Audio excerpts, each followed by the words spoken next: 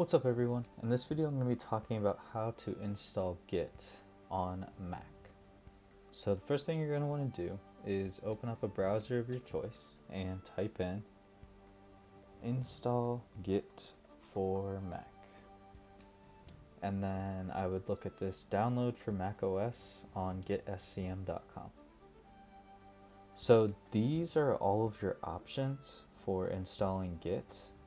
You can see that there's actually quite a few for Mac. So you can use Homebrew, Macports, Xcode, the binary installer, building from source, and if you want to do the Git GUI. I recommend the Homebrew option. This is what I did on this Mac, and since I already have Git installed, I'm not going to reinstall it, but this is how I did it, and it was relatively painless and it works well. It works exactly how I expect it to.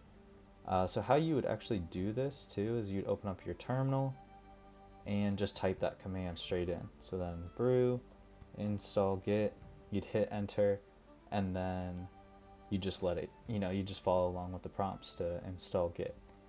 So that option is super easy and it's super effective, and that's what I recommend.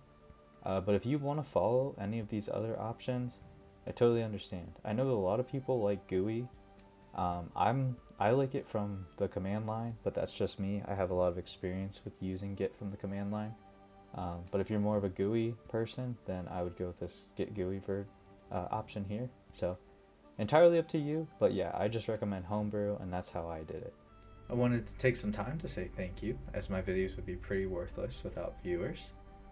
I do have a Discord server if you have questions or if you want to chat with other Python developers. The link to that will be in the description of the video. It's 100% free and 100% up to you to join. And I just want to say once again, thank you.